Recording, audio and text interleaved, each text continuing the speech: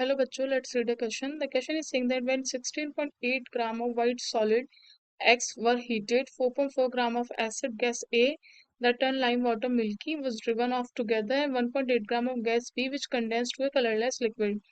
The solid that remained, that is Y, dissolved in water to give an alkali solution, which an excess barium chloride solution gave a white precipitate of Z. The precipitate effervesces with acid giving off a CO2. Identify A, B and Y and write down the equation for the thermal decomposition of X. Let's solve this question. If I'm talking about the key point here, the key point is identification of compound.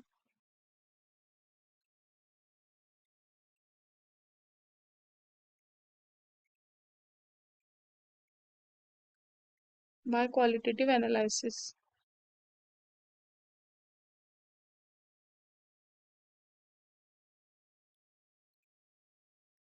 In the first case, जब suppose ये कोई salt है हमारा X, उसको heat करने पर CO2 मिल रही है, एक लिक्विड मिल रहा है जो कंडेंस होके किसमें कन्वर्ट हो रहा है, एक गैस मिल रही है जो कंडेंस होके कलरलेस लिक्विड में कन्वर्ट हो रही है, तो it might be a water. ये हम चेक करेंगे और हमको यहाँ से एक Y मिल रहा है।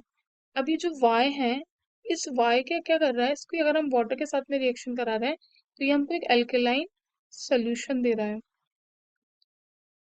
साथ ही अगर इसकी रिएक्शन, इस Y की रिएक्शन हम बेरियम क्लोराइड के साथ में करा रहे हैं तो हमें यहाँ से एक वाइट प्रेसिपिटेट मिल रहा है। और ये जो वाइट प्रेसिपिटेट हमें Z का मिल रहा है, जो भी मिल रहा है हमें Z का, इसको अगर हम एसिड के साथ में HCl के साथ में रिएक्शन करा रहे हैं तो यहाँ से क्या हो रहा है, हमको कार्बन डाइऑक्साइड मिल रही है।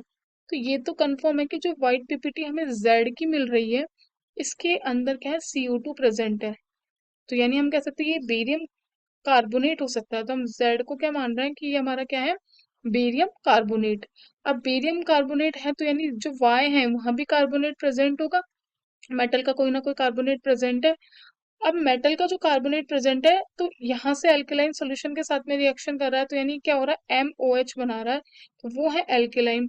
तो देयर इज अ चांस कि वो क्या हो सकता है, NaOH हो सकता है।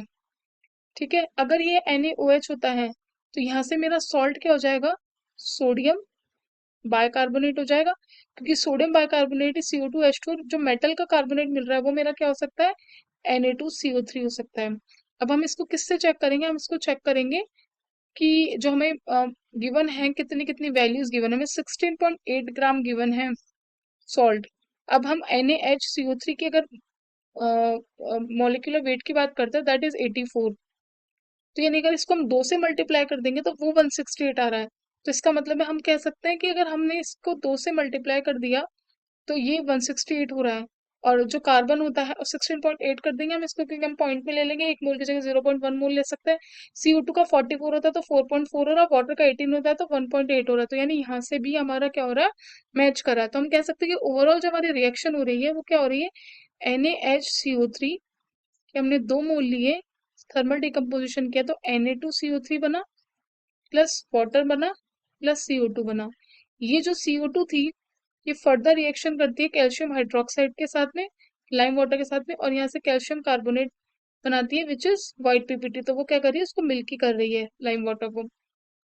इसके बाद में जो Na2CO3 है वो क्या कर रहा है, वाटर के साथ में रिएक्शन करके एल्केलाइन सोल्यूशन बना रहा है NaOH का। साथ ही Na2CO3 जो है बेरियम क्लोराइड के साथ में रिएक्शन करके व्हाइट पीपीटी दे रहा है BaCO3 का। ये जो BaCO3 इसको अगर मैं हीट करती हूँ एसिड के साथ में, तो यहाँ से हमें CO2 गैस की क्या मिल रही है, एफोवेंसेस मिल रही है। तो बेसिकली हम कह सकते हैं कि यहाँ पे X तो है मेरा NaHCO3, A है मेरी CO2 गैस, B है मेरा वाटर, और Y जो है वो है Na2CO3 that is sodium carbonate, और Z है हमारा barium carbonate. That's my answer, hope you understand it well.